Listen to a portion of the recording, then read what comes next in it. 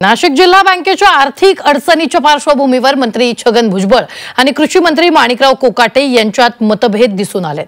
भुजबळ यांनी बँकेच्या अडचणीसाठी सर्वपक्षीय नेत्यांना जबाबदार धरत या सो कॉल्ड नेत्यांनी बँक बुडवली असा आरोप केला होता। आता त्यांच्या आरोपाला कृषी मंत्री कोकाटे यांनी प्रत्युत्तर दिलंय, पाहूया।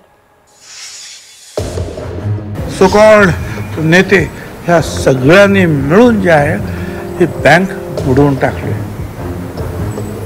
आणि म्हणून मी आता सारखं सातत्यानं त्यांना सांगतो, जे काय आमचे वरचे लोक जे असतील ते किंवा मंत्री संबंधित कृपा करा त्याची निवडणूक घेऊ नका, कारण ज्यांच्यावर ठपका ठेवलेला आहे त्यांची पोरं तयार आहेत परत निवडणुकीला उभं राहायला। ती बँक कधीच वरती येऊ शकणार नाही। सर्व पक्षांच्या लोकांनी बँक संपवली वगैरे असे आरोप चुकीचे आहेत। भुजबळांचा कोणतरी गैरसमज केलेला दिसतोय। असं काही झालेलं नाही। कुठल्याही राजकीय पुढाऱ्याकडे बँकेचं कर्ज येणं नाही। बँक त्यांनी बुडवली असं म्हणता येणार नाही। त्यांना म्हणा की अगोदर ही बँक कोणी बुडवली त्याची आपल्याला तर माहिती असेल तर सांगा ना। नाशिक जिल्हा बँकेच्या आर्थिक अडचणीच्या मुद्द्यावरनं सत्ताधारी राष्ट्रवादीच्या दोन नेत्यांमध्ये झोपल्याचं पाहायला मिळालं। छगन भुजबळ आणि माणिकराव कोकाटेंमध्ये यावरून चांगलीच खडाजंगी झाली। जिल्हा बँकेबाबत बोलताना भुजबळांनी सो कॉल्ड नेत्यांमुळे बँक बुडाल्याचं म्हटलंय, तर बँक पुन्हा पूर्वस्थितीत येईपर्यंत प्रशासक कायम ठेवण्याची मागणी त्यांनी केली आहे। तर एकेकाळचे बँकेचे संचालक असलेल्या माणिकराव कोकाटे यांनी हे आरोप साफ धुडकावून लावले। नाशिक जिल्ह्याची ही जी बँक जी आहे हे एकेकाळी महाराष्ट्रातली नव्हे हिंदुस्थान मधली दुसऱ्या क्रमांकाची बँक होती आणि एवढा मोठा प्लॅन होता शेतकऱ्यांच्या कर्जाचा, देशामध्ये दुसरा क्रमांक। पण आमच्या तिकडचे जे आहेत अनेक वेगवेगळे सगळ्या पक्षाच्या जे आहेत सो कॉल्ड नेते ह्या सगळ्यांनी मिळून जे आहे ही बँक बुडवून टाकली आणि म्हणून मी आता सारखं सातत्यानं त्यांना सांगतो, जे काय आमचे वरचे लोक जे असतील ते किंवा मंत्री संबंधित कृपा करा त्याची निवडणूक घेऊ नका, कारण ज्यांच्यावर ठपका ठेवलेला आहे त्यांची पोरं तयार आहेत परत निवडणुकीला उभं राहायला।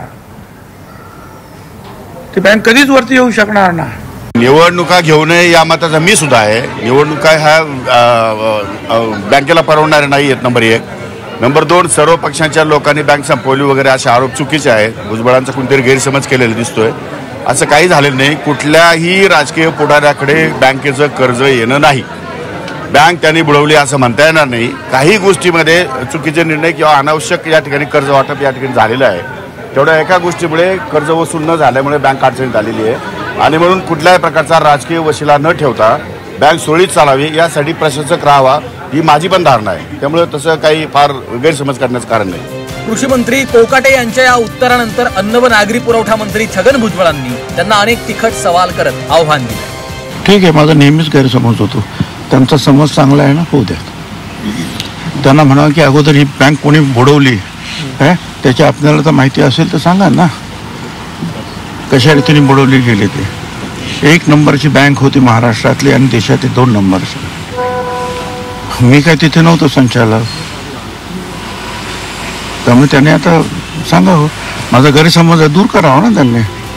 भुजबळ कोकाटेंमधल्या संघर्षाच्या रूपानं जिल्हा बँकेचा मुद्दा पुन्हा एकदा चर्चेत आला असला तरी काही दिवसांपूर्वी बँकेनं 25 माजी संचालकांना थकबाकीबाबत नोटिसा पाठवल्या होत्या। माणिकराव कोकाटे 1.87 कोटी, राहुल ढिकले 8.79 कोटी, दिलीप बनकर 8.65 कोटी, धनंजय पवार 7.57 कोटी, JP गावित 7.21 कोटी, माणिकराव बोरस्ते 7.2 कोटी, शोभा बच्छाव 2.11 कोटी, वसंत गीते 1.89 कोटी, माणिकराव शिंदे 67 लाख आणि डॉक्टर राहुल आहेर 43 लाख। नाशिक जिल्हा बँक नेमकी कशामुळे अडचणीत आली?